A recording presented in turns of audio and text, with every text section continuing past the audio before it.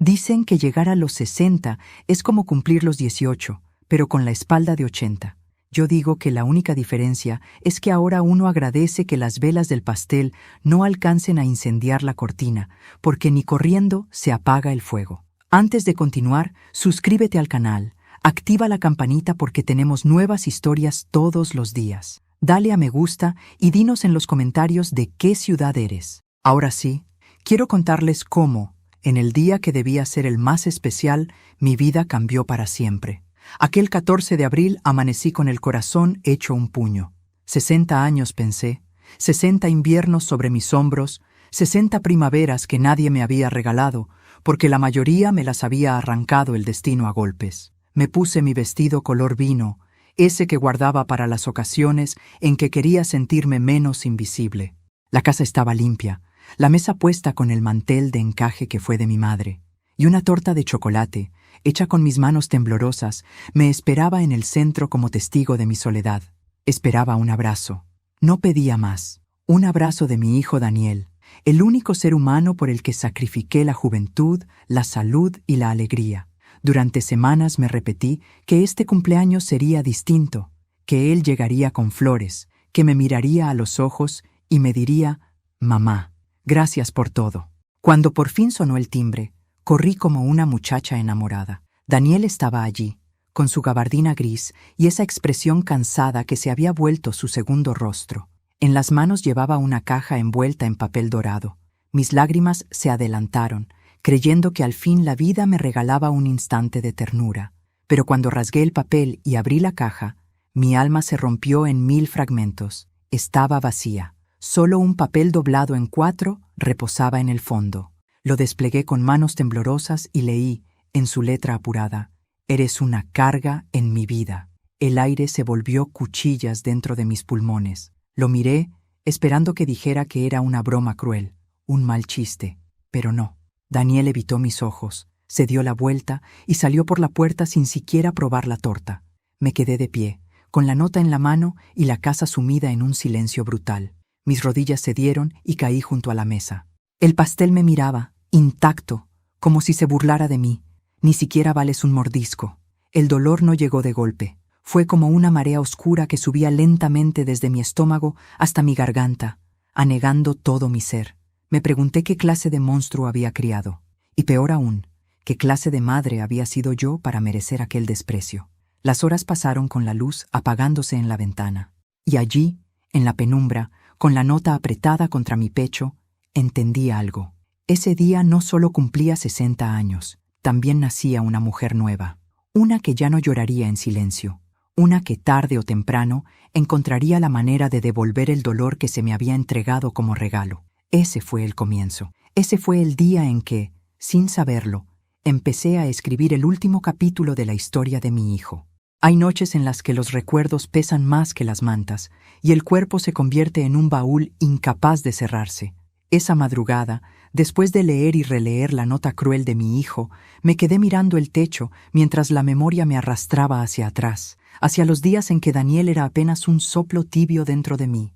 Recordé cómo me acariciaba el vientre mientras caminaba por las calles polvorientas del barrio, sin más compañía que el murmullo de las vecinas que me señalaban por ser madre soltera. Yo no tenía marido, ni promesas de futuro, ni siquiera un apellido digno que ofrecerle al hijo que venía en camino, pero sí tenía algo que ninguna de ellas, una certeza férrea de que ese niño sería mi alegría, mi razón de vivir, la justificación de mi soledad. El embarazo no fue fácil.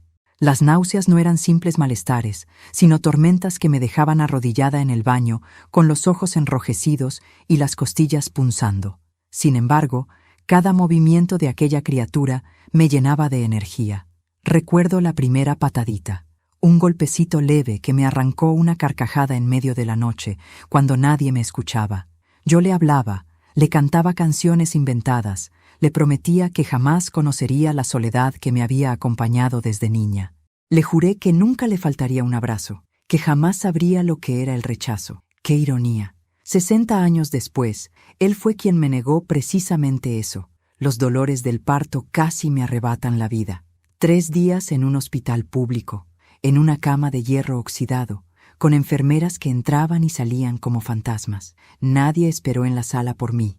Nadie preguntó si había sobrevivido. Pero cuando por fin escuché su llanto, todo el sufrimiento se volvió insignificante. Lo sostuve contra mi pecho, y al mirarlo, juré que mi mundo giraría en torno a esos ojos diminutos. Nunca sospeché que aquel llanto, tan puro al nacer, un día se convertiría en gritos de desprecio. Lo crié con las uñas. Me levantaba de madrugada para amamantarlo, mientras afuera la lluvia golpeaba el techo de zinc. Trabajaba como costurera, sentada horas enteras con los dedos en carne viva, para poder comprarle leche, ropa y un juguete cada tanto. Muchas veces me quedaba sin comer para que él tuviera un plato lleno. Pero todo eso valía la pena cuando lo veía correr descalzo en el patio, con las rodillas raspadas y la risa reventándome el alma.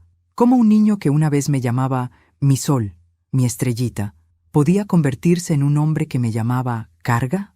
Me acuerdo de su primer día de escuela. Yo le había cosido un uniforme con tela barata, pero lo planché con tanto esmero que parecía nuevo. Le puse los zapatos que había conseguido de segunda mano, y cuando lo vi caminar con su mochila más grande que él mismo, me mordí los labios para no llorar. A la salida, mientras todos los niños corrían hacia sus padres, él me abrazó con tanta fuerza que pensé que el tiempo se detendría. «Mamá, no me sueltes nunca», me dijo, y yo, ingenua, creí que esas palabras durarían para siempre. La adolescencia lo transformó.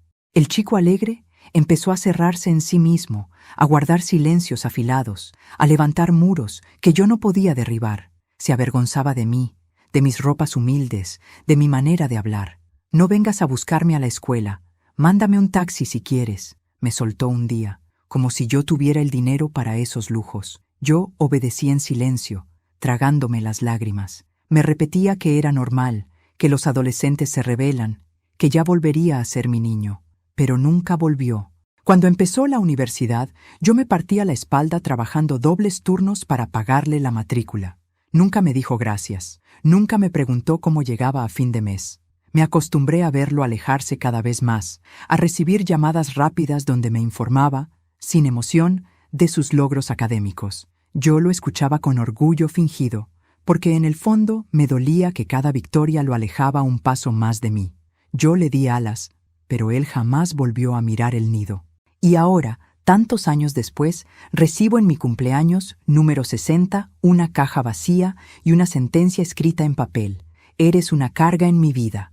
¿Carga? ¿Acaso fue una carga cuando me desvelé cuidando su fiebre, mojando pañuelos con agua fría mientras rezaba a un Dios que nunca respondió? ¿Fui una carga cuando pasé hambre para que él pudiera llevar comida a la escuela? ¿Lo fui cuando le conseguí libros usados para que pudiera seguir estudiando? No, la carga la llevé yo. Cargué con su infancia, con sus berrinches, con sus desdichas, con sus caprichos, con su indiferencia, y aún así lo amé. Esa palabra, carga, empezó a retumbar en mi cabeza como un tambor de guerra. Cada repetición cavaba un hoyo más hondo en mi pecho. Me miré al espejo esa noche y vi a una mujer marchita, con arrugas que parecían cicatrices de batallas invisibles. El cabello blanco caía en mechones desordenados sobre mi rostro. Y pensé, tal vez tiene razón, tal vez soy un peso muerto en su vida. Pero, si es así, ¿no tendría yo derecho a soltar esa carga también? Lo que Daniel no sabe, lo que nunca se ha detenido a mirar, es que detrás de cada una de mis arrugas hay una historia de resistencia, que mis manos torcidas de tanto coser guardan la memoria de los sacrificios que hice por él, que mi espalda encorvada no es señal de debilidad, sino del peso de todo lo que cargué sola. Y mientras las lágrimas me resbalaban por el rostro, me di cuenta de que aquella ofensa no había sido solo una herida, había sido el detonante, porque algo dentro de mí, una fuerza que desconocía, empezó a moverse con lentitud, como un animal herido que despierta, una voz que me decía que no era una carga, que aún tenía poder. Poder para decidir qué hacer con lo que quedaba de mis días, poder para transformar el dolor en otra cosa. Ese recuerdo de su infancia, de mi vientre roto, de los años que entregué sin pedir nada a cambio, se convirtió en la gasolina de una llama oscura que comenzaba a crecer en mí. Ya no quería compasión, ya no quería abrazos tardíos. Quería que él, mi hijo, el mismo al que entregué mi vida, sintiera aunque fuera por un instante lo que era estar en mi lugar, el vacío absoluto, la soledad devastadora, el miedo a ser invisible. Esa noche entendí que lo que Daniel me había dado no era solo una nota cruel, era un arma, y yo estaba a punto de aprender a usarla. Dicen que el silencio de una casa vacía puede ser ensordecedor, pero nadie te prepara para ese ruido invisible que te envuelve cuando las paredes comienzan a devolverte tus propios pensamientos, multiplicados, deformados, como si fueran voces de fantasmas burlándose de ti. Después de aquel cumpleaños maldito, los días siguientes se transformaron en un laberinto de pasillos oscuros dentro de mi mente. Yo caminaba por la casa como un espectro, tropezando con los muebles que habían sido testigos de mi entrega, sintiendo que las ventanas se reían de mí cuando dejaban pasar la luz de la mañana. El mantel del encaje, aún manchado con migajas de un pastel que nadie probó, se convirtió en una especie de insulto, un recordatorio constante de la humillación de recibir una caja vacía como regalo. Cada vez que pasaba junto a la mesa, sentía que aquel mantel me decía: aquí estuvo tu derrota, aquí nació tu nuevo destino. Las noches eran las peores. Me acostaba en mi cama, esperando que el sueño me rescatara, pero la mente no hacía más que repetirme las palabras de mi hijo como un eco interminable. Eres una carga en mi vida. Esa frase se incrustaba en mis oídos, en mi pecho, en cada rincón de mi cuerpo, como si quisiera taladrarme los huesos. Cerraba los ojos y en lugar de silencio escuchaba la voz de Daniel multiplicada, distorsionada, como si fueran decenas de él repitiendo lo mismo en coro. Carga, carga, carga. Me cubría la cabeza con la almohada, pero la almohada no podía detener lo que estaba dentro de mí. El abandono no es solamente la ausencia física de alguien, es un veneno lento que comienza a recorrer la sangre, que te paraliza las manos, que te seca la garganta y que te roba la fuerza para levantarte. Yo me descubrí a mí misma sentada en la mecedora del salón, mirando al vacío durante horas, con los ojos fijos en un punto que no existía. Allí me preguntaba cómo era posible que un hijo, aquel al que se le dio la vida y todo lo que la vida conlleva, pudiera mirar a su madre y ver solo un peso, un estorbo, un obstáculo en su camino. Y entonces vinieron las preguntas que más duelen, esas que una madre jamás debería hacerse, pero que a mí me desgarraban en carne viva. ¿Qué habría sido de mi vida si lo hubiera entregado en adopción? ¿Qué habría pasado si en lugar de luchar contra la pobreza y la soledad, lo hubiera dejado en los brazos de otra familia? ¿Habría sido más feliz él? ¿O habría sido yo la que al menos se libraba de esta condena? Cada vez que esas preguntas nacían en mi cabeza, un sentimiento de culpa me atravesaba, como una lanza, pero también nacía algo distinto, algo nuevo, la sospecha de que tal vez había llegado la hora de pensar en mí, aunque sonara egoísta, porque ¿de qué me sirvió la entrega, el sacrificio, la renuncia, si al final el regalo que recibí fue desprecio? El eco del abandono no solo habitaba en mi mente, comenzó a manifestarse en mi cuerpo. Me despertaba empapada en sudor frío, con el corazón latiendo como si hubiera corrido kilómetros. Los espejos de la casa me devolvían una imagen que casi no reconocía. Ojeras profundas, piel ceniza, labios apretados como si todo el dolor se me quedara atrapado allí. Una mujer rota, una mujer que parecía estar en los últimos capítulos de su vida. Y sin embargo, dentro de esos ojos cansados, algo empezaba a brillar. Una chispa que no era ternura ni esperanza, era rabia. Yo quería creer que aún quedaba algo de bondad en Daniel, que aquel gesto cruel había sido producto del cansancio, del estrés, de las circunstancias. Pero al recordarlo salir de mi casa sin mirar atrás, sin escuchar cómo mi voz se quebraba llamándolo, entendí que no, que el abandono no era accidental, era deliberado. Mi hijo había decidido apartarme de su vida, arrojarme a un rincón como quien deja una reliquia vieja en un desván. Y ese rechazo no era un error, era una sentencia. Fue en una de esas madrugadas interminables cuando la idea comenzó a tomar forma. No sé si fue producto de la falta de sueño, de la desesperación o de esa chispa que ardía cada vez más fuerte. Me levanté de la cama, caminé descalza por la casa, y empecé a observar cada rincón como si fuera la primera vez que lo veía. Los muebles, los cajones, los frascos en la cocina, las llaves, los papeles viejos. Todo lo que me rodeaba se transformó de repente en piezas de un tablero invisible.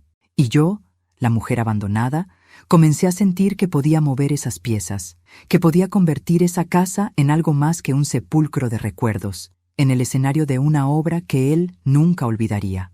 Me quedé horas frente a la ventana, mirando las luces de la calle apagarse una a una, como estrellas muriendo en un cielo artificial. Y en ese silencio descubrí una verdad que me estremeció. Yo no estaba derrotada. Tal vez mi hijo creía que al llamarme carga había clavado la última estaca en mi tumba emocional, pero lo que había hecho, sin saberlo, era liberarme. Me liberó de la ilusión de que algún día volvería a abrazarme con amor. Me liberó de la esperanza que me mantenía atada a él. Me mostró, de la forma más cruel, que ya no tenía nada que perder. Y cuando alguien no tiene nada que perder, se convierte en alguien a quien temer. Así fue como el eco del abandono dejó de ser un simple tormento y comenzó a convertirse en un plan. No lo tenía claro aún, no sabía cómo ni cuándo, pero algo dentro de mí sabía que ese eco se transformaría en una voz poderosa, capaz de devolverle a Daniel cada una de sus palabras multiplicadas por 1000. Yo, la mujer que él llamó carga, aprendería a hacerle sentir el verdadero peso de mis años, de mis sacrificios, de mi dolor. Y mientras los primeros rayos de sol entraban tímidos por la ventana, me descubrí sonriendo por primera vez en mucho tiempo. No era una sonrisa dulce ni maternal, era una sonrisa tensa, torcida, la sonrisa de alguien que comienza a despertar de un largo letargo. Una sonrisa que anunciaba que el eco del abandono no me iba a destruir, iba a guiarme, porque en ese eco descubrí que ya no era la madre sumisa, ni la mujer resignada, ni la anciana invisible. Era otra cosa, algo nuevo, algo que Daniel todavía no había visto, pero pronto lo vería, y cuando llegara ese día, sus gritos no serían de desprecio, serían de miedo, el silencio, qué cosa tan extraña. Antes lo asociaba con paz, con descanso, con ese momento en que una puede sentarse a escuchar el tic-tac del reloj y dejar que la mente se vacíe. Pero después de aquel cumpleaños maldito, el silencio ya no era un alivio, era un enemigo invisible que se metía en cada rincón de la casa, en cada sombra, en cada respiro, hasta volverse insoportable. Y lo peor es que ese silencio no estaba vacío, estaba lleno de voces, voces que reconocía demasiado bien. Era la voz de Daniel cuando era niño, llamándome mamá con la ternura de quien necesita consuelo. Era también la voz de un adolescente irritado, diciéndome que no lo buscara a la salida de la escuela porque le daba vergüenza. Era la voz del hombre que había cruzado mi puerta con una caja vacía y una nota cargada de veneno. Todas esas voces se mezclaban dentro de mí, como si el silencio hubiera decidido convertirse en un espejo cruel de mis recuerdos. Me sorprendía a veces hablando sola, respondiendo a esas voces, discutiendo con un hijo que no estaba allí. Caminaba por la cocina y decía en voz alta: «No soy una carga, Daniel, no lo soy. La carga fui yo, siempre lo fui, y tú fuiste mi razón para seguir respirando». O me quedaba frente al espejo del baño, con el cepillo en la mano, murmurando: «Algún día te vas a arrepentir, vas a venir de rodillas a pedirme que te perdone». Y entonces, sin darme cuenta, me reía, una risa amarga, rota, que no reconocía como mía. El silencio se volvió una compañía tan persistente que empecé a sentir que ya no estaba sola, que había alguien más conmigo, una presencia que respiraba a mi lado cuando me recostaba en la cama, una sombra que se sentaba en la mecedora mientras yo bordaba servilletas que jamás usaría. A veces, incluso, juraría que escuchaba pasos en el pasillo, como si Daniel hubiera vuelto a casa y se negara a entrar en mi habitación. Me sobresaltaba, corría hacia la puerta, y al abrirla encontraba el corredor vacío, bañado en penumbra.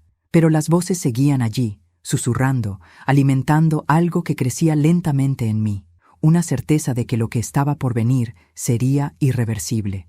Recordé entonces momentos que había enterrado en la memoria. La primera vez que me gritó que le arruinaba la vida fue a los 17 años. Yo había descubierto que se saltaba las clases y se iba con amigos a perder el tiempo. Le reclamé, le pedí que pensara en su futuro, y él, con los ojos encendidos, me escupió.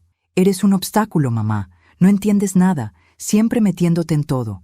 Me asfixias, me cargas. Aquella palabra ya había aparecido entonces, aunque en ese momento yo quise creer que era un simple arrebato juvenil.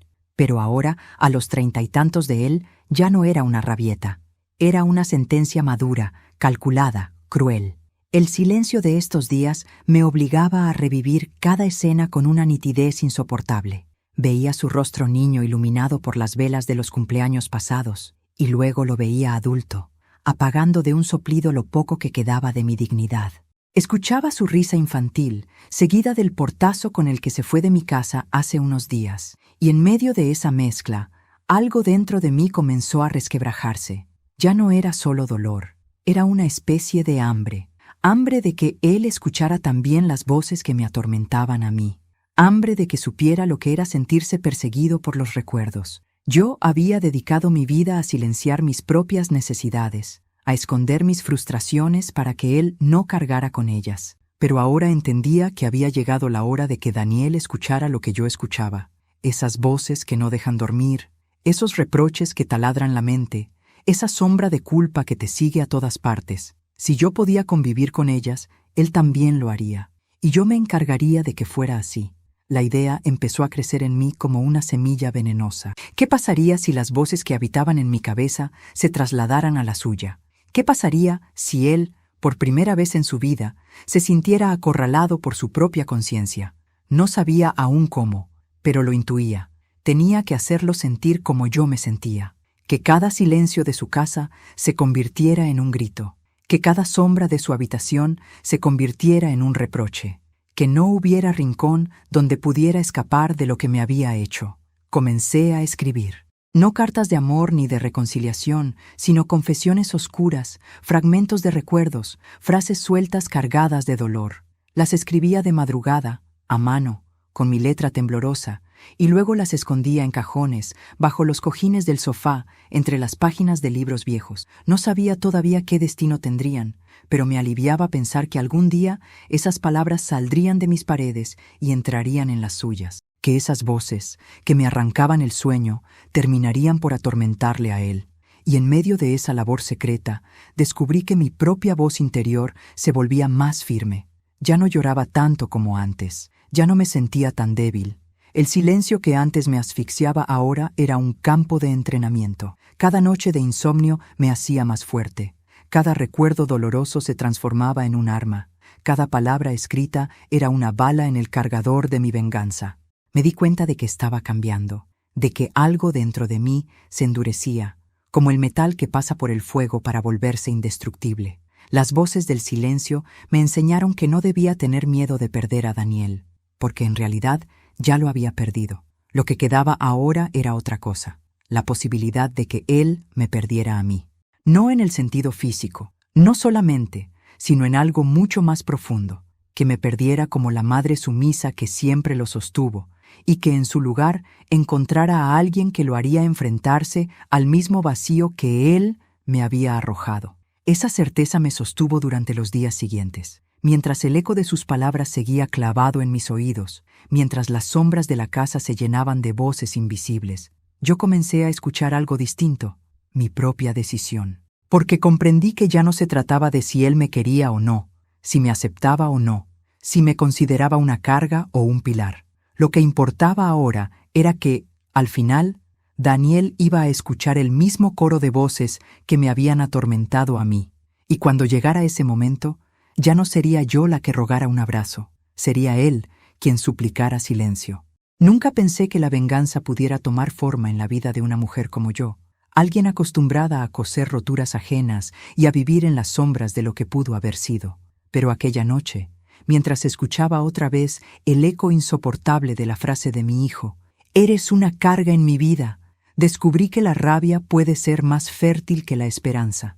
Dentro de mí comenzó a dibujarse algo, un mapa invisible, un esquema aún difuso, pero que latía como un corazón recién nacido. El plan no era todavía claro, pero la semilla estaba plantada y cada recuerdo doloroso, cada lágrima derramada, lo regaba con abundancia. Empecé a mirar mi casa con otros ojos, como si de repente se hubiera transformado en un arsenal secreto. Los objetos cotidianos adquirían un nuevo significado. Las tijeras de costura dejaban de ser herramientas inocentes y se volvían cuchillas brillantes bajo la luz tenue de la lámpara. Las agujas, tan finas y aparentemente inofensivas, se convertían en pequeñas lanzas capaces de pinchar más allá de la piel. Incluso los frascos de medicinas vencidas guardados en la alacena me parecían brebajes listos para un propósito mayor. Caminaba por las habitaciones y era como si todo me hablara, como si las paredes mismas me susurraran: «Tienes el poder, Ana. Tú decides qué hacer con él». El primer paso fue observar, recordar las rutinas de Daniel con la minuciosidad de una espía. Yo conocía sus horarios casi de memoria. Sabía a qué hora salía de su trabajo, a qué hora solía llegar a su departamento, las veces que se detenía en el supermercado o en el bar de la esquina. Aunque él había querido apartarme de su vida, nunca me fue del todo difícil enterarme de sus movimientos. El barrio aún estaba lleno de viejas vecinas que, sin saberlo, me regalaban información cuando comentaban casualidades. «Tu hijo pasó por aquí con un maletín, parecía apurado», decían. Yo asentía en silencio, guardando cada dato como un ladrillo en la construcción de mi plan. No me malinterpretes, no era una mujer que pensara en asesinar a su propio hijo como quien pisa una hormiga.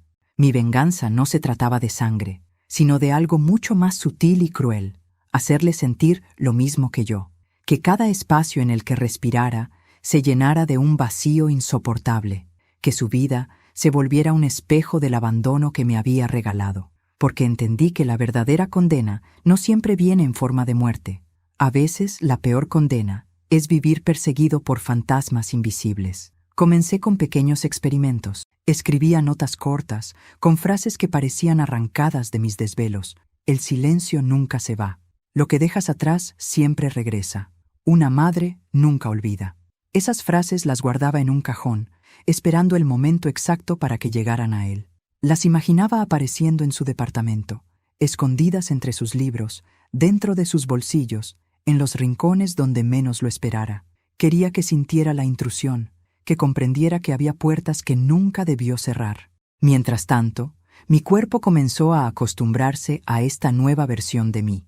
Ya no era la mujer rota que lloraba frente al espejo, sino alguien que caminaba erguida, con la frente en alto, alimentada por una energía oscura que me mantenía despierta hasta el amanecer. Había noches en que ni siquiera me acostaba. Me quedaba escribiendo, cosiendo objetos extraños, probando combinaciones de olores y sabores en la cocina como si estuviera preparando pociones de otro mundo. Si alguien me hubiera visto, habría dicho que me había vuelto loca, y quizás así era, pero dentro de esa locura había un orden, una claridad que nunca había sentido en mis 60 años de vida. Recordaba entonces un episodio de la infancia de Daniel que me marcó sin que él lo supiera. Tenía apenas 8 años cuando le regalé un cuaderno nuevo para que dibujara. Lo encontré una semana después arrumbado en el suelo, las páginas arrancadas, los dibujos hechos trizas. Cuando le pregunté por qué lo había destruido, me contestó sin levantar la vista: «No me gustó, mamá. No me gusta que me digas qué hacer». Aquella respuesta, tan sencilla, fue el primer aviso de que dentro de él habitaba un rechazo hacia todo lo que viniera de mí. Lo había olvidado por décadas, pero ahora, en medio de mi plan, volvía a mí como una advertencia clara. Daniel nunca quiso mis regalos, nunca quiso mi compañía. Tal vez por eso la caja vacía en mi cumpleaños no era un acto espontáneo, sino la culminación de un desprecio que había germinado desde niño. Con cada recuerdo, con cada voz que emergía del silencio, mi plan adquiría más forma. No se trataba de dañarlo físicamente. Eso sería demasiado rápido, demasiado fácil. Yo quería tiempo. Quería que el tormento se extendiera como una enfermedad lenta, como un cáncer que se propaga sin aviso. Quería que su mente se convirtiera en un campo de batalla, igual que la mía. Comencé a visitar lugares que había dejado de lado hacía años. El mercado viejo, donde compré pequeños objetos baratos que parecían insignificantes, una muñeca sin un ojo, una cajita de música descompuesta, fotografías antiguas de desconocidos que algún vendedor tenía en cajas de cartón. Nadie entendía por qué una mujer de mi edad compraba cosas así, pero yo sí lo sabía. Cada uno de esos objetos sería una pieza clave para sembrar dudas en su vida. Imaginaba dejar la muñeca sobre su escritorio, que la cajita de música sonara en medio de la noche, que las fotos de extraños aparecieran en sus cajones. Nada tenía sentido lógico, y precisamente por eso lo atormentarían más. El plan era como una sombra, siempre detrás de mí, creciendo con cada paso que daba. Yo la sentía respirando en mi nuca cuando caminaba por la calle, susurrando en mis oídos cuando intentaba dormir, dictando cada movimiento de mis manos cuando escribía o cosía. Ya no era simplemente un deseo de venganza, se había convertido en una obsesión. Y aunque sabía que el camino que estaba tomando no tenía regreso, tampoco sentía miedo, porque por primera vez en décadas no me sentía débil, no me sentía invisible, me sentía poderosa. Y sin embargo, en medio de esa oscuridad que me alimentaba, había un resquicio de duda que me mordía el corazón. Una voz distinta a las demás, una voz que sonaba como la de mi madre cuando aún vivía, me preguntaba, ¿esto es lo que quieres para ti? ¿Convertirte en lo que tanto odias? Yo intentaba acallarla, pero volvía una y otra vez, como si quisiera salvarme de mí misma. Tal vez, en algún rincón de mi ser, todavía existía la mujer que soñaba con un abrazo sincero de su hijo. Pero esa mujer estaba muriendo poco a poco, reemplazada por otra que ya no quería ternura, sino justicia. La sombra del plan se volvió más nítida cuando lo vi por primera vez después de aquel cumpleaños. No me saludó con afecto, no me pidió disculpas. Apenas me lanzó una mirada rápida y siguió su camino. Y fue en ese instante que entendí que el tiempo de la espera había terminado. Ya no bastaba con planear en silencio. Pronto llegaría el momento de actuar. El tiempo, cuando se espera algo que aún no tiene forma, se vuelve viscoso, pegajoso, como si cada minuto durara una eternidad. Los 3 días posteriores a mi cumpleaños número 60 fueron así. Un interminable desfile de horas pesadas que se arrastraban por la casa como sombras. Afuera, el mundo seguía su curso con la indiferencia de siempre. Los niños iban a la escuela con sus mochilas, las vecinas conversaban en la esquina sobre el precio del pan, los autos pasaban con su estrépito, ajenos a la tormenta que crecía dentro de mí. Pero en mi interior, cada latido, cada respiración, me acercaba a un desenlace que intuía inevitable. Me había pasado las noches casi sin dormir, con los ojos fijos en la ventana, observando cómo la oscuridad se deshacía lentamente ante los primeros tonos grises del amanecer. En la mesa del comedor se acumulaban las notas que había escrito.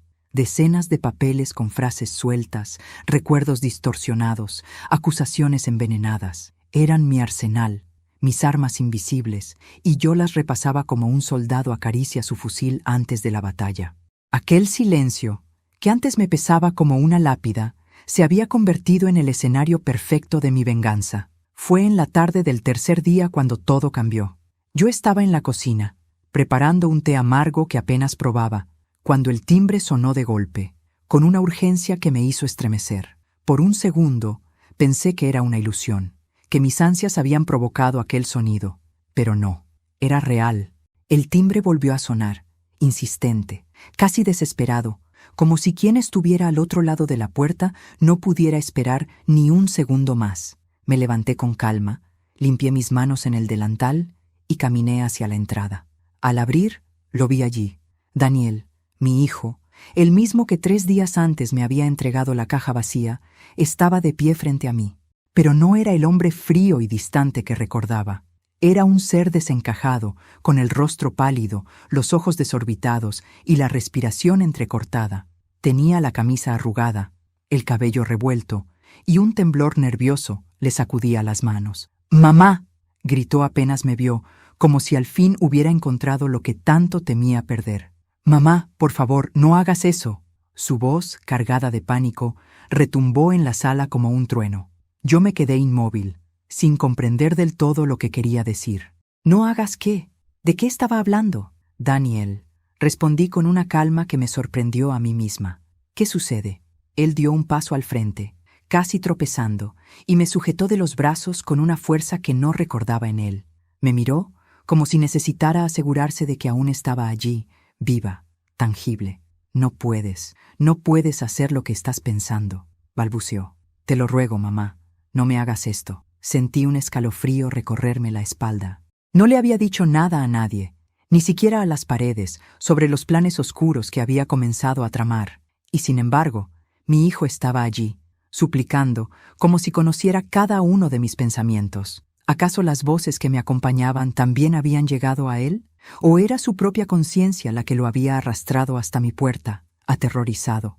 Lo miré fijamente. Por primera vez en años, Daniel no parecía el hombre altivo que siempre me miraba desde arriba, sino un niño perdido, tembloroso, a punto de derrumbarse. Y algo dentro de mí, en lugar de enternecerse, sintió una satisfacción extraña. Sí, al fin estaba probando un poco del miedo que tantas veces yo había sentido. ¿Y qué crees que estoy pensando hacer?, le pregunté, con un tono lento, casi venenoso. Él apartó la mirada, como si no pudiera soportar la mía. Tragó saliva, su pecho subía y bajaba agitado. «No lo digas, no quiero ni escucharlo», susurró. «Pero por favor, prométeme que no lo harás». Ese momento fue como un espejo roto. Yo veía en sus ojos el reflejo de algo que desconocía, un secreto que me estaba ocultando, porque no era solo miedo por mí, no, era miedo por él mismo, como si supiera que su vida dependía de mis decisiones. Lo invité a pasar, cerré la puerta tras de mí con calma y lo conduje al comedor. Allí, en medio de la mesa cubierta de papeles escritos con mi letra temblorosa, se sentó con torpeza, hundiendo las manos en su rostro.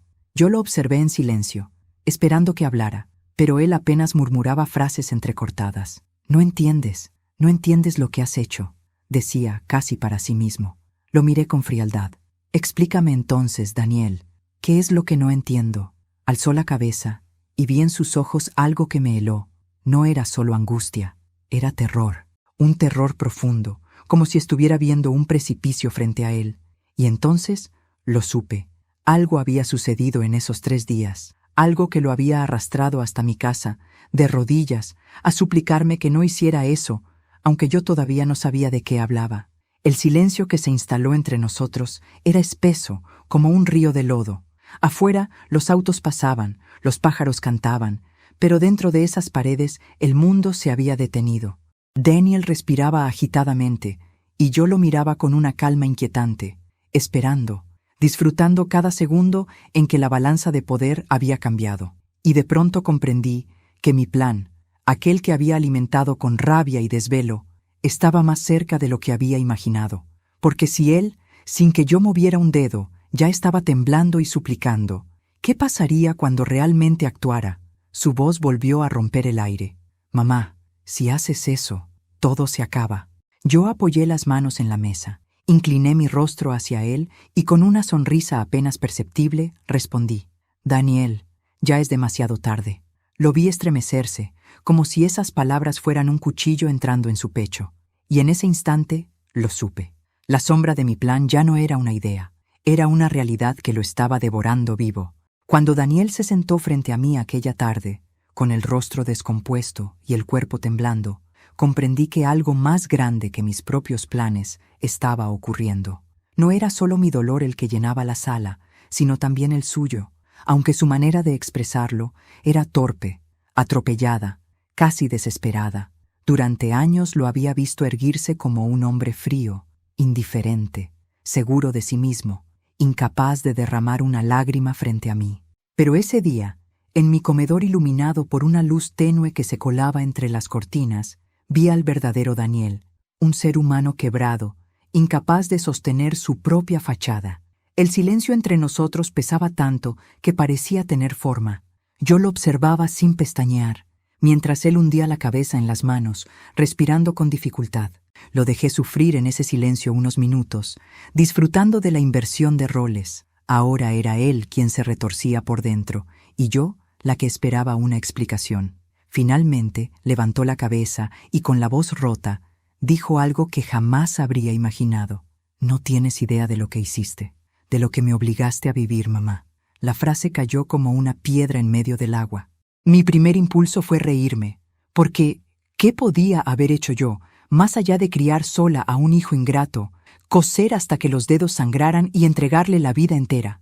¿Qué podía haber hecho para ser acusada con ese tono de reproche? Pero su mirada estaba llena de una intensidad que me detuvo. No era un capricho, no era un berrinche, era algo más. «¿Qué quieres decir con eso?», pregunté, inclinándome hacia él con un hilo de voz envenenado por la sospecha. Daniel apretó los puños. Por un momento pareció debatirse consigo mismo, como si no supiera si debía hablar o callar. Finalmente exhaló con fuerza y lo dijo: «Yo sé que me tuviste sola, pero no sé si alguna vez me quisiste de verdad». La acusación me atravesó como un cuchillo. ¿Cómo podía atreverse a dudar de mi amor cuando había sido mi razón de existir durante 60 años? Quise gritarle que yo había entregado todo por él, pero me contuve. Lo dejé hablar, porque algo en su tono me decía que aún faltaba lo peor. «Crecí con la sensación de que te arrepentías de haberme traído al mundo», continuó, con los ojos fijos en un punto invisible, como si hablara con un fantasma. «Nunca lo decías, pero yo lo veía. Lo veía en tu mirada cansada, en la forma en que suspirabas cuando volvías de trabajar, en las noches en que te encerrabas en tu cuarto y pensabas que yo dormía. Yo escuchaba tus llantos, mamá. Yo escuchaba cómo decías que estabas sola, que la vida te había castigado, que cargar conmigo era demasiado». Me quedé helada. Los recuerdos regresaron a mí con una violencia inesperada. Sí, era verdad. Había noches en las que, agotada y destrozada, me recostaba en la cama y dejaba escapar esas palabras. Nunca pensé que él pudiera escucharlas. Creí que dormía profundamente en su cuarto, que mis susurros se perdían en la oscuridad. Y sin embargo, él estaba allí, con las orejas atentas, absorbiendo cada lamento como un veneno silencioso. «No sabes lo que fue crecer con eso», dijo Daniel, con lágrimas que finalmente se atrevieron a salir, con la sensación de que mi sola existencia era un error, un castigo para ti. ¿Sabes lo que es mirarte en el espejo siendo un niño y pensar: «¿Mi mamá estaría mejor si yo no estuviera aquí?» Mi corazón se contrajo. Nunca imaginé que mis propios desahogos se convirtieran en su herida más profunda. Para mí, eran palabras que se evaporaban en el aire, gritos al vacío para soportar la carga de una vida injusta. Para él, fueron dagas que se clavaron en su infancia, que moldearon la forma en que me miraba, en que se miraba a sí mismo. Y luego crecí, continuó sollozando con rabia. Crecí con esa idea fija en la cabeza, que era una carga, que mi vida se construía sobre tu sacrificio, que nunca podría devolverte lo que me diste. Y cada vez que fracasaba, cada vez que cometía un error, esa voz volvía a gritarme: «Eres un peso, eres un estorbo», hasta que llegó un punto en que no podía diferenciar si era tu voz o la mía. Su confesión me golpeaba con la fuerza de una tormenta. Yo había creído que todo lo hacía por amor, que cada lágrima derramada, cada queja al aire eran solo parte del sacrificio de una madre soltera.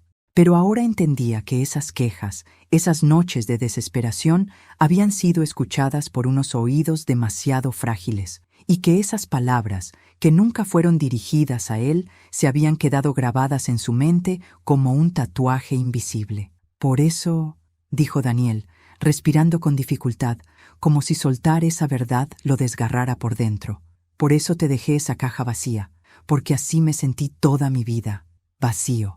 Como un regalo que nunca pediste, como algo que cargaste porque no te quedó de otra. Y yo ya no podía más. Me quedé en silencio, paralizada, mientras las piezas caían en su lugar. El desprecio que había sentido en su gesto cruel, la rabia que me había empujado a planear mi venganza, tenían raíces mucho más hondas de lo que yo había creído. No era solo ingratitud, era un dolor antiguo, un veneno que yo misma, sin saberlo, le había inoculado. Y sin embargo, algo en mí se resistía a asumir toda la culpa. Sí, quizá mis lamentos habían sido escuchados, pero ¿acaso no tenía derecho a quejarme?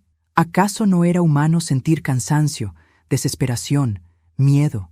Yo lo había amado con todo lo que tenía, aunque a veces mis fuerzas no alcanzaran. ¿Era justo que ahora me señalara como culpable, como si todo lo malo de su vida se redujera a mis susurros nocturnos? «Daniel», murmuré con la voz quebrada pero firme, «si alguna vez me escuchaste decir que estaba cansada, si alguna vez me oíste llorar, no fue porque me arrepintiera de tenerte, fue porque el mundo me dejó sola, porque la vida me golpeó sin piedad, pero nunca, nunca me arrepentí de ti». Él sacudió la cabeza, negando con fuerza: «Eso no importa, mamá. Lo que importa es lo que sentí, y eso me marcó para siempre». Nos quedamos mirándonos a los ojos, atrapados en un duelo silencioso donde las culpas y los resentimientos se enfrentaban.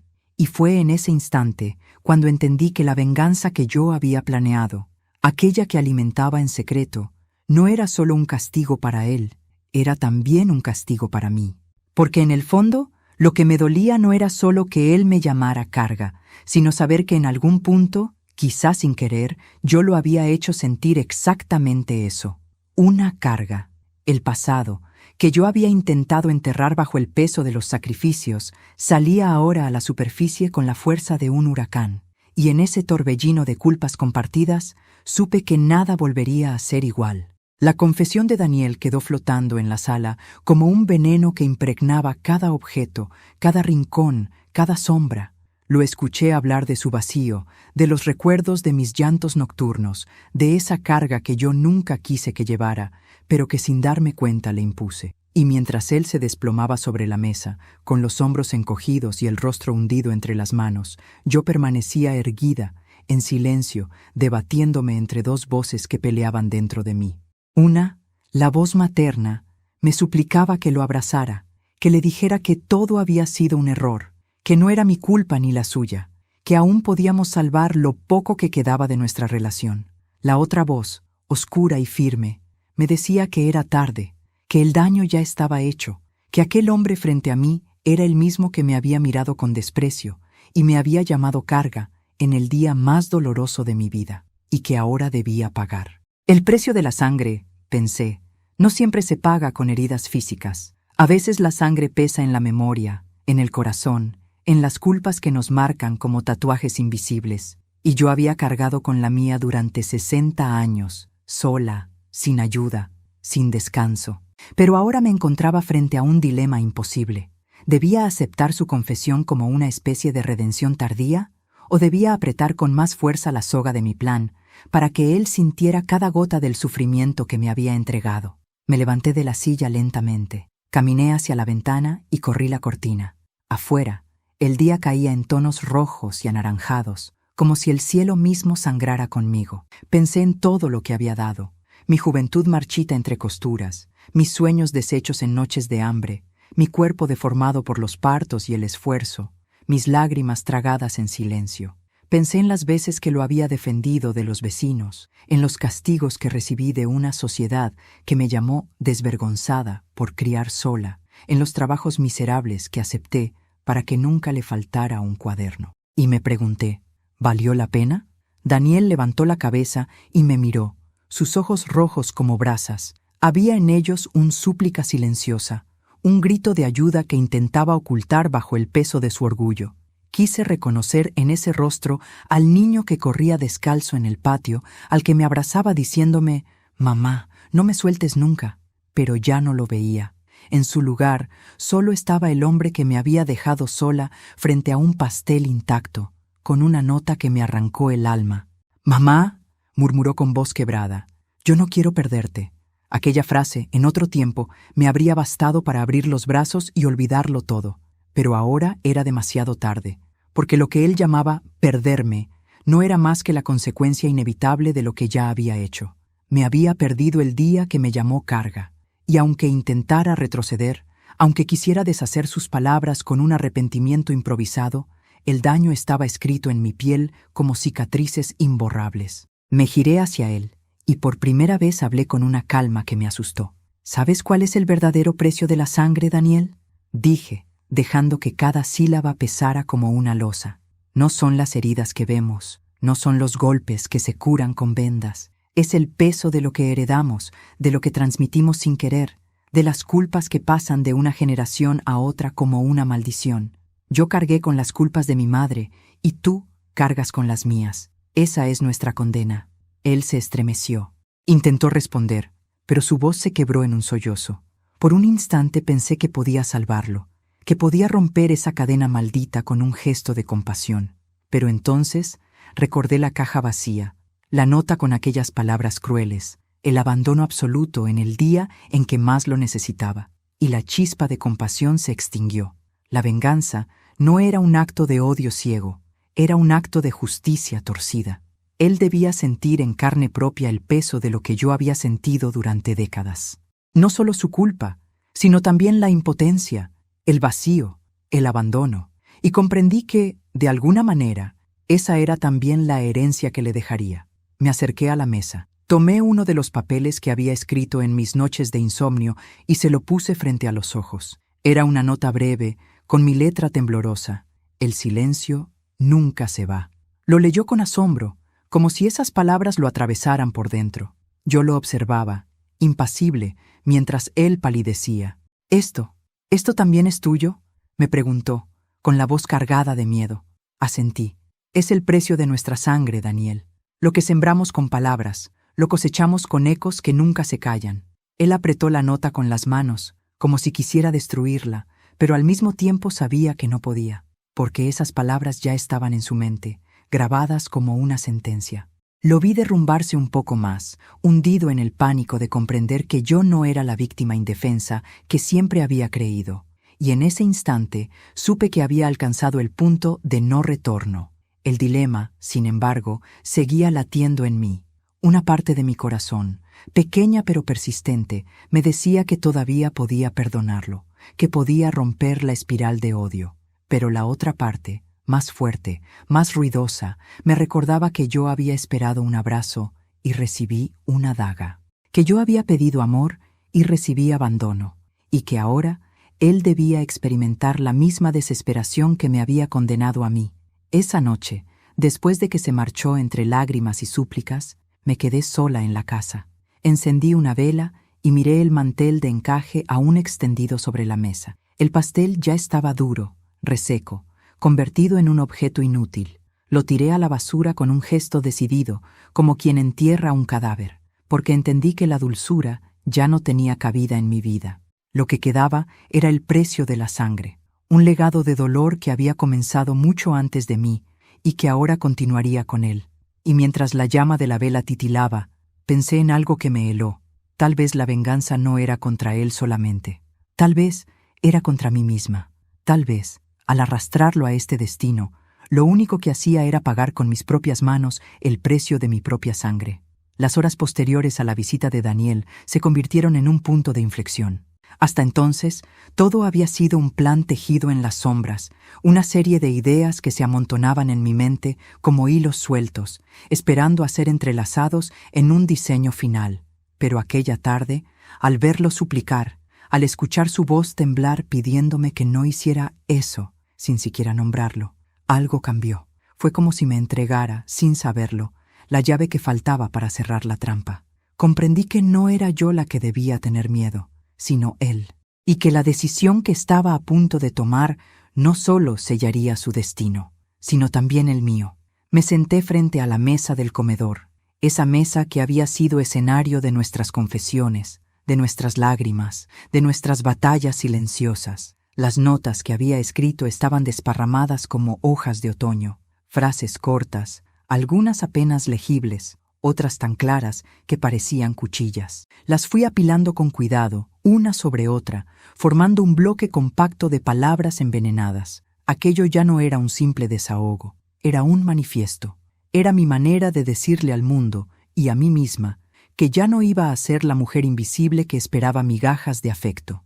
Abrí uno de los cajones de la cocina y saqué la cajita donde guardaba pequeños objetos comprados en el mercado. La muñeca sin un ojo, la cajita de música rota, las fotografías antiguas de desconocidos y algunas otras piezas que había ido coleccionando como quien junta amuletos de un conjuro secreto. Las extendí sobre la mesa y por primera vez pude ver la escena completa. Cada objeto era un símbolo, cada palabra escrita era una semilla. Todo formaba parte de un ritual que no necesitaba sangre física para ser efectivo, porque era mucho más profundo. Era un ataque al alma. Durante años me había dicho que la venganza no era para mí, que era cosa de otros, de gente cruel, de corazones podridos. Pero en aquel momento comprendí que la venganza no siempre nace del odio, a veces nace del amor herido. Y un amor herido, alimentado durante décadas, puede convertirse en un arma más filosa que cualquier cuchillo. El dilema, sin embargo, me golpeaba una y otra vez. Había en mí una pequeña Ana, esa mujer que aún deseaba un abrazo, que aún soñaba con un perdón mutuo, con una reconciliación tardía. Esa Ana me susurraba: «Para, aún puedes detenerte, aún puedes romper este ciclo antes de que sea demasiado tarde». Pero la otra voz, más poderosa, más insistente, respondía: Es ahora o nunca. Si te detienes, volverás a ser la misma mujer rota de siempre. Si actúas, por fin serás libre. Me levanté y caminé por la casa, tocando con los dedos los marcos de las puertas, los respaldos de las sillas, los objetos que había compartido con Daniel en otros tiempos. Cada roce era un recuerdo, su risa infantil mientras corría por el pasillo, sus primeros dibujos pegados en la pared, sus pasos firmes, cuando ya era un hombre que entraba sin saludar. Todo eso, ahora, eran fantasmas que me acompañaban en mi marcha hacia el acto final. Al caer la noche, encendí una sola lámpara en la sala. La luz amarilla bañó los objetos y las notas, dándoles un aire de ceremonia. Me senté de nuevo frente a la mesa y comencé a organizarlo todo. Las notas serían enviadas una por una a los lugares más inesperados de su vida: su oficina, su departamento, su automóvil. La muñeca aparecería sobre su escritorio, la cajita de música en su dormitorio, las fotos de desconocidos entre sus documentos. No habría patrón claro, no habría lógica aparente, pero cada detalle le recordaría que algo del pasado estaba volviendo por él. No habría descanso, no habría refugio. Mientras trazaba el plan, me di cuenta de que no era solo una estrategia para atormentarlo. Era también mi forma de soltar lo que llevaba dentro. Cada nota escrita, cada objeto colocado en su sitio, era como arrancar una espina de mi propio corazón y clavársela a él. Por primera vez en mucho tiempo, me sentí ligera. Esa noche soñé con mi madre. La vi sentada en su vieja cocina, con las manos llenas de harina, mirándome con ojos severos. «El precio de la sangre no se paga así», me dijo en el sueño. Pero yo no podía responderle. Era como si mi madre quisiera advertirme, pero yo ya estaba demasiado lejos para escucharla. Me desperté sudando, con el corazón acelerado, pero sin culpa. Al amanecer, cuando el sol apenas comenzaba a pintar de oro los bordes de las cortinas, supe que había llegado el momento. La decisión estaba tomada. No habría vuelta atrás. Me vestí con mi ropa más sencilla, me recogí el cabello y con manos firmes comencé a preparar la primera tanda de notas y objetos. Cada uno tenía un destino preciso. Cada uno era un paso más hacia un punto de no retorno. Mientras los guardaba en una bolsa de tela, pensé en Daniel, en cómo reaccionaría al encontrarlos, en cómo su mente, ya quebrada por sus propias culpas, comenzaría a dudar de todo, de su cordura, de su seguridad, de su pasado. Me lo imaginé mirando las fotos de desconocidos, tratando de encontrar algún rostro familiar. Me lo imaginé escuchando la cajita de música rota en medio de la noche, preguntándose quién la había puesto allí. Me lo imaginé sintiendo el mismo vacío, la misma desesperación que yo había sentido durante décadas. Y entonces supe que aunque mi plan no derramaría sangre, sí cobraría un precio más alto que cualquier herida física, el precio de su paz. Cuando terminé de preparar todo, me senté frente a la mesa y respiré hondo. En ese momento, sentí que mi vida entera había sido un camino que me llevaba hasta allí. Cada lágrima, cada sacrificio, cada noche de insomnio me había empujado a tomar esta decisión irreversible. Ya no era una madre pidiendo amor, era una mujer reclamando justicia a su manera. Y mientras la luz del día llenaba la sala, pensé en las palabras que Daniel había dicho. «Mamá, por favor, no hagas eso». Sonreí con amargura, porque ya lo había hecho, y porque, en el fondo, sabía que aunque quisiera detenerme, aunque deseara volver atrás, ya no podría. La decisión estaba tomada, el engranaje había comenzado a girar. Y pronto, muy pronto, él sabría lo que era vivir con un fantasma respirándole en la nuca. Nunca olvidaré la expresión de Daniel cuando abrió aquella primera nota que cuidadosamente había dejado en el bolsillo de su abrigo, mientras él lo colgaba en la oficina. Yo lo había seguido a la distancia, invisible como una sombra, viendo cómo el destino se empezaba a torcer. Lo observé desde la ventana del café de enfrente. Sus manos, nerviosas, revolvieron el bolsillo y encontraron el papel doblado. Lo abrió con impaciencia, pensando que sería algún recordatorio olvidado, tal vez una factura, pero no. Eran mis palabras, escritas con la misma letra temblorosa con la que tantas veces le había firmado permisos escolares. El silencio nunca se va. Vi cómo se le tensó el rostro, cómo los hombros se le encogieron, cómo sus ojos se movían de un lado a otro buscando una explicación lógica. Pero no la había. Nadie más lo sabía. Nadie más podía escribir aquello. Fue entonces cuando comprendí que el plan ya estaba vivo, que el veneno ya había entrado en su sangre y que el tiempo jugaría de mi lado. Los días siguientes se desarrollaron como una danza macabra. Cada objeto que aparecía en su entorno, cada nota que encontraba, lo iba quebrando poco a poco. La muñeca sin un ojo apareció en su escritorio, dejada cuidadosamente entre papeles de trabajo. La cajita de música rota fue encontrada en su dormitorio, justo sobre la mesa de noche. Las fotografías antiguas, con rostros de personas que él no conocía, las halló entre los documentos de su maletín. Yo no necesitaba estar presente para imaginar la confusión, la paranoia, el miedo que se apoderaban de él. Y así, el hijo que una vez me llamó Carga comenzó a convertirse en lo que yo había planeado. Un hombre acosado por voces invisibles, por fantasmas que nadie más podía ver. Su cordura se tambaleaba, y yo lo observaba desde la distancia, como quien contempla una obra de teatro cuyo guión ha escrito con sus propias manos. El clímax llegó una noche lluviosa. Yo estaba en mi casa, sentada en la mecedora, cuando escuché golpes desesperados en la puerta. Corrí las cortinas y lo vi. Daniel, empapado, con el cabello pegado a la frente, con los ojos enloquecidos, golpeaba la madera con ambas manos, como si quisiera derribarla. Abrí la puerta con calma. La lluvia caía a raudales detrás de él, pero no parecía importarle. Me miró con la desesperación de un náufrago que encuentra tierra firme. «¡Mamá! ¡Basta!», gritó con todas sus fuerzas, su voz desgarrada resonando por toda la casa. «Por favor, no sigas, no lo hagas». Ese grito me atravesó como un rayo. No era el mismo hombre frío que me había llamado Carga. No, aquel que tenía delante era un niño perdido, implorando a su madre que lo salvara. Pero lo que pedía ya no era salvación, era que yo detuviera lo que ya estaba en marcha, lo que ya había prendido fuego en su mente. «¿Que no haga qué, Daniel?», le pregunté, con un tono de voz tan bajo que contrastaba con su desesperación. Él temblaba. Sus labios se movían sin poder articular palabras coherentes. Finalmente, exhaló con fuerza. «No me destruyas, no me hagas esto». Sonreí con amargura, porque la ironía era perfecta. Él me había destruido primero, con una caja vacía y una nota que resumía toda mi vida en una palabra cruel. Y ahora, era él quien temía ser reducido a nada. Lo invité a pasar. Cerró la puerta con torpeza y se dejó caer en una silla, empapando el suelo. Su respiración era agitada, como si hubiera corrido kilómetros. «Me estás volviendo loco», dijo con voz quebrada. «No sé cómo lo haces, no sé de dónde salen esas cosas, pero basta ya.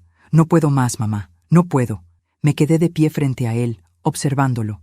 Por dentro, mis emociones eran un torbellino. Parte de mí quería abrazarlo, decirle que todo era una prueba, que todo podía detenerse si él me miraba a los ojos y pedía perdón de verdad. Pero otra parte, la más fuerte, la que había crecido en el silencio de las noches solitarias, me decía que no era suficiente, que ya no había marcha atrás. «¿Sabes lo que se siente no poder más?», le respondí con calma, acercándome lentamente. «Lo supe durante 60 años. Lo supe cada vez que me llamaste estorbo, cada vez que me apartaste, cada vez que me dejaste sola. Ahora lo sabes tú». Él se levantó de golpe con los ojos desorbitados. «No entiendes», gritó. «Si esto sigue, voy a hacer una locura». Ese fue el momento exacto. Su grito no fue solo una súplica, fue la confirmación de que el plan había cumplido su propósito. Lo había llevado al límite, al borde del abismo donde la mente ya no distingue entre lo real y lo imaginario.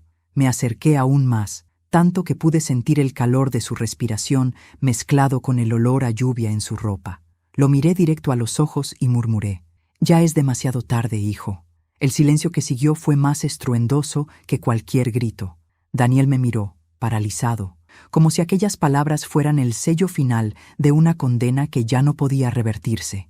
Y entonces lo escuché.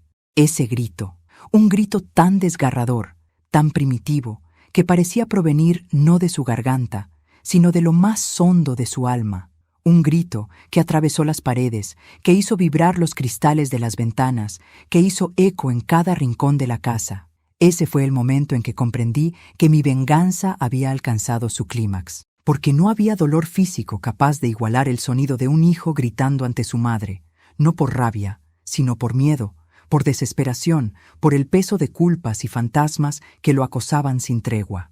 El grito quedó flotando en el aire incluso después de que él se desplomara en la silla, con la mirada perdida y el cuerpo temblando. Y yo, de pie frente a él, supe que ya no había marcha atrás. La decisión irreversible había dado fruto. Y el precio de ese fruto era aquel grito, un sonido que jamás se borraría de mi memoria. Después de aquel grito que desgarró la casa, la vida se partió en dos, lo que existía antes de escucharlo y lo que quedaba después. No hubo silencio capaz de borrar su eco, ni siquiera la lluvia, que seguía golpeando los ventanales con furia, podía opacar ese sonido que había salido de lo más profundo del pecho de Daniel. Era un grito que no solo pedía clemencia, era un grito de derrota, un reconocimiento de que ya no tenía control sobre nada, ni siquiera sobre sí mismo. Lo miré, desplomado en la silla, con las manos aferradas a su cabeza, el cuerpo encogido como un niño asustado. Supe entonces que el plan había alcanzado su punto más alto, pero también comprendí que ya no había retorno. La palabra perdón se había vuelto un fantasma imposible de pronunciar, porque incluso si intentaba salir de su boca, yo ya no era capaz de recibirla. El amor que alguna vez me sostuvo estaba enterrado bajo capas de desprecio, abandono y resentimiento. No quedaba nada que pudiera salvarnos. Daniel levantó la cabeza lentamente, con lágrimas en los ojos y la respiración entrecortada. «Mamá», murmuró, como si la palabra fuera un intento desesperado de aferrarse a mí. «Si sigues, yo voy a acabar con todo». Por un instante, creí que hablaba de sí mismo, que planeaba hacerse daño, pero entonces noté el matiz en su voz, la dureza en sus ojos. No hablaba solo de él, hablaba de los dos, de nosotros, de la cadena invisible que nos unía y que estaba a punto de romperse para siempre. Y esa amenaza, velada y temblorosa, me confirmó que la guerra ya no era solo un juego psicológico, era real, tangible, definitiva. Me incliné sobre la mesa, lo miré fijamente y le respondí con una calma helada. «Daniel, no entiendes, ya lo hice, ya todo comenzó, y no hay nada que puedas hacer para detenerlo». Lo vi estremecerse, como si mis palabras fueran un puñal. Su boca se abrió para responder, pero no salió sonido alguno. Se quedó mirándome, incrédulo, y de repente su rostro se contrajo con una furia que pocas veces le había visto. Golpeó la mesa con el puño y gritó: «¿Por qué me haces esto? ¡Soy tu hijo!». El eco de su reclamo llenó la sala, y ahí estuvo la ironía. Durante años había deseado escucharlo llamarse a sí mismo mi hijo, reconocer el vínculo que nos unía. Pero ahora que lo decía, no era con amor ni con orgullo, sino con rabia, con desesperación. Era demasiado tarde. Me acerqué lentamente, sin apartar la vista de él. «Eres mi hijo, sí», respondí con voz firme, «y por eso duele más. Porque todo lo que eres, lo construí con mis manos, con mis lágrimas, con mis desvelos, y todo lo que ahora sufres es apenas una sombra de lo que yo sufrí por ti». Él se puso de pie, tambaleante, como si las palabras lo empujaran hacia atrás. Parecía más viejo, derrotado, como si en esos días hubiera envejecido años. «No quiero seguir viviendo así», susurró. «Ya no puedo». Lo miré con una mezcla de compasión y dureza. Parte de mí quería abrazarlo, consolarlo, decirle que todo había sido una lección y que podíamos empezar de nuevo. Pero esa parte estaba agotada, muerta. La otra, la que había nacido de mi soledad y mi rabia, fue la que habló. «Yo tampoco pude durante mucho tiempo, Daniel. Y sin embargo, aquí estoy. Tú también aprenderás a vivir con esto». Él cayó de rodillas, llorando, como si mis palabras fueran una sentencia irrevocable. Me pidió que lo detuviera, que dejara de atormentarlo, que no lo empujara más al borde, pero ya no dependía de mí. El engranaje estaba en marcha y el mecanismo de la venganza, una vez activado, no conoce freno. En ese momento, un pensamiento me atravesó como un relámpago. Tal vez no era yo quien lo destruía, sino él mismo. Tal vez lo único que hice fue encender la chispa de un incendio que ya llevaba años gestándose en su interior. Yo solo había sido el espejo en el que se reflejaban sus culpas más profundas. Lo vi llevarse las manos al rostro, rasgarse la piel con desesperación, como si quisiera arrancarse de encima algo que lo devoraba. Sus gritos se mezclaban con sollozos, y cada palabra que salía de su boca era un lamento que ya no podía reparar nada. Detente, mamá, por favor. Te lo ruego, clamaba entre lágrimas. No sigas, no me abandones así. Pero esas súplicas llegaron demasiado tarde. Durante 60 años había esperado esas palabras, ese reconocimiento, ese ruego de amor. Pero en el instante en que finalmente llegaron, yo ya no era la mujer que las deseaba. Me habían arrancado de raíz la capacidad de conmoverme. Me acerqué a él, le acaricié el cabello mojado por la lluvia que aún chorreaba de su ropa y le susurré al oído: Hijo, cuando viniste con aquella caja vacía, no lo entendiste, pero en realidad me regalaste la libertad. Y la libertad, Daniel, no conoce compasión. Él se apartó de golpe, mirándome con los ojos desorbitados. Comprendió, en ese momento, que no había redención posible, que cualquier intento de reparar lo roto había llegado demasiado tarde. El reloj de pared marcó las 11 con su campanada metálica, y ese sonido se mezcló con el silencio que siguió a mis palabras, un silencio que ya no era vacío, sino definitivo. Daniel, temblando, se levantó como pudo y corrió hacia la puerta. La abrió de par en par y salió a la oscuridad de la noche, gritando mi nombre como si quisiera arrancarme de ese lugar. Yo no lo seguí. Me quedé de pie en la sala, rodeada de los objetos que había usado para mi plan, iluminada apenas por la lámpara amarillenta, y supe que el final se acercaba, que el último acto de esta tragedia estaba a punto de escribirse. El eco de sus pasos alejándose se perdió en la calle mojada. Y yo, sola otra vez, comprendí que el precio de la venganza era la soledad absoluta. Pero ya no importaba, porque lo que Daniel no sabía era que, aunque gritara, aunque llorara, aunque se arrepintiera, la respuesta siempre sería la misma: demasiado tarde. La noche en que Daniel huyó gritando de mi casa, supe que el plan había alcanzado el desenlace inevitable. Pero lo que él ignoraba era que mi venganza no dependía de muñecas ni notas. Dependía de un sobre marrón que ya estaba en camino.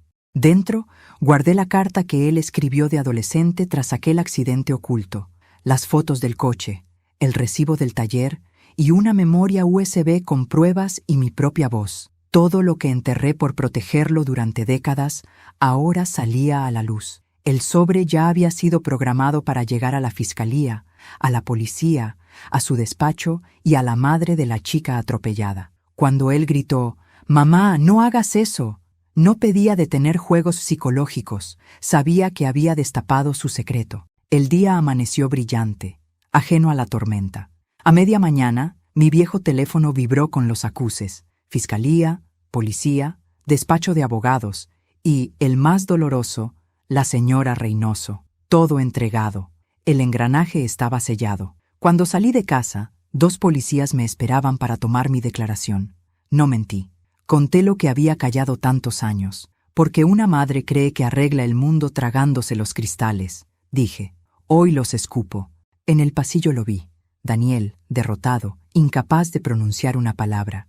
No hubo abrazo, ni disculpa, solo un abismo definitivo entre los dos. Al volver a casa, ya no quedaban muñecas ni notas, solo una mesa vacía y un reloj que seguía marcando el tiempo. Escribí una última frase, no para él, sino para mí: no soy una carga. Luego abrí la puerta del patio, dejé que el sol me tocara las manos y respiré.